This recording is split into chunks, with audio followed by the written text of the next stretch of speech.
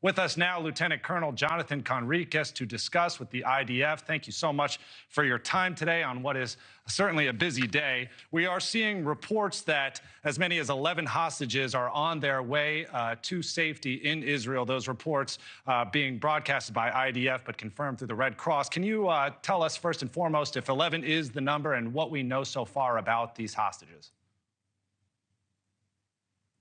Indeed. First of all, thank you for having me again. Always a pleasure.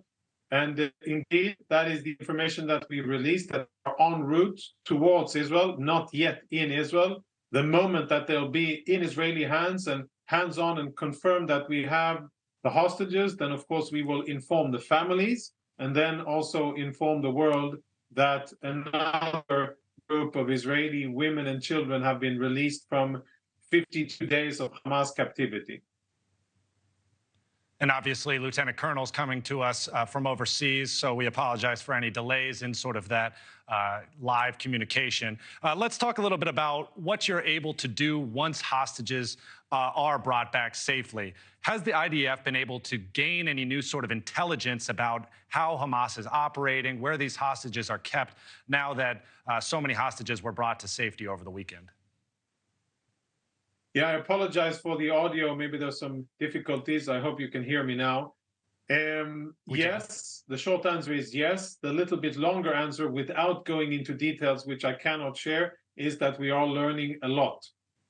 It will help us in the future operations. It sheds light on many questions that we had, and it will facilitate, I think, hopefully, the release of additional Israeli hostages when time comes. And we are learning a lot as we speak.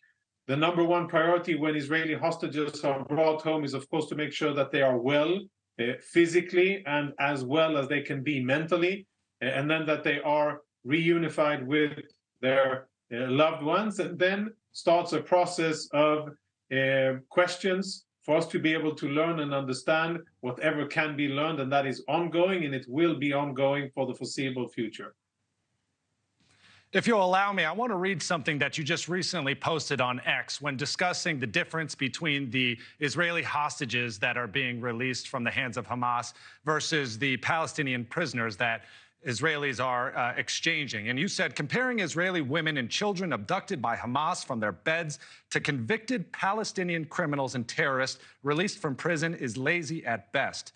Nuance and substance are required, not just parody, and two sides of the story. I'm hoping you can explain what you meant by that, particularly when you said nuance and substance are required. Why is it important for the people that are watching this conflict that is playing out overseas to know the difference, as you put it, between these Israeli hostages and these Palestinian prisoners?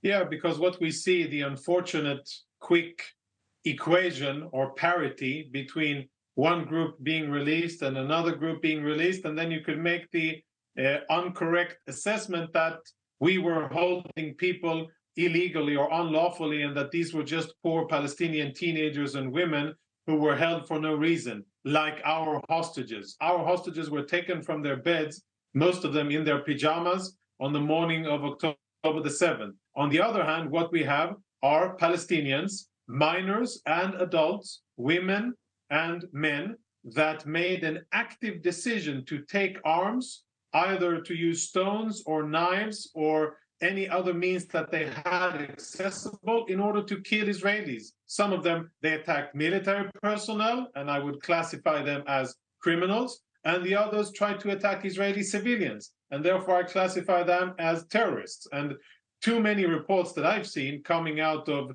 Western media, shall we say, kind of make it as a great day where people that have been held unlawfully are swapped on both sides. And I think that is a terrible disservice to viewers to understand the situation, but also, most importantly, to the hostages that were taken from their homes, held in horrible conditions under the ground by an internationally recognized terror organization, Hamas.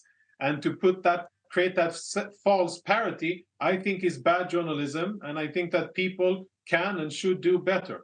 Thanks so much for watching. Just go to joinnn.com to find NewsNation on your television provider. And don't forget to click the red subscribe button below to get more of NewsNation's fact-driven, unbiased coverage.